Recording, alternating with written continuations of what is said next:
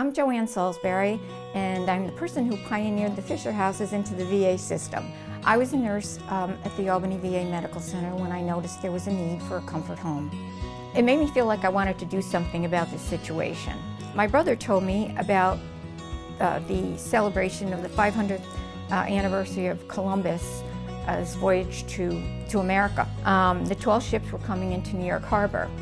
And I thought, oh, I like the 12 ships, I'm going to tune into that. I tuned in, and Mr. Fisher was a commentator on the program because he was a sponsor of this event.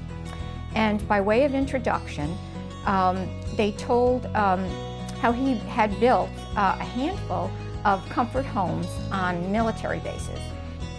That immediately a light went off in my mind, and one of the first things I did was write him a letter. About 2 weeks later, his associate, Robert Rosen, called me and said that Mr. Fisher was indeed interested in building in Albany. I was elated. The Fisher Foundation hadn't gone outside of the active duty military. I was sitting in back of Mr. and Mrs. Fisher during the groundbreaking event. Before the festivities started, Mr. Fisher turned around and whispered to me, "This is your day."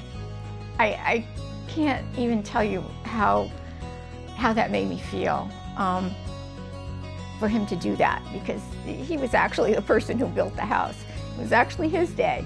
His goal was that the houses would live in perpetuity, and he had a big vision for this. I'm not sure he thought there would be 100 houses now, but he was very happy that they could come to the Fisher house, and people with the same kind of a problem could all be of support to each other.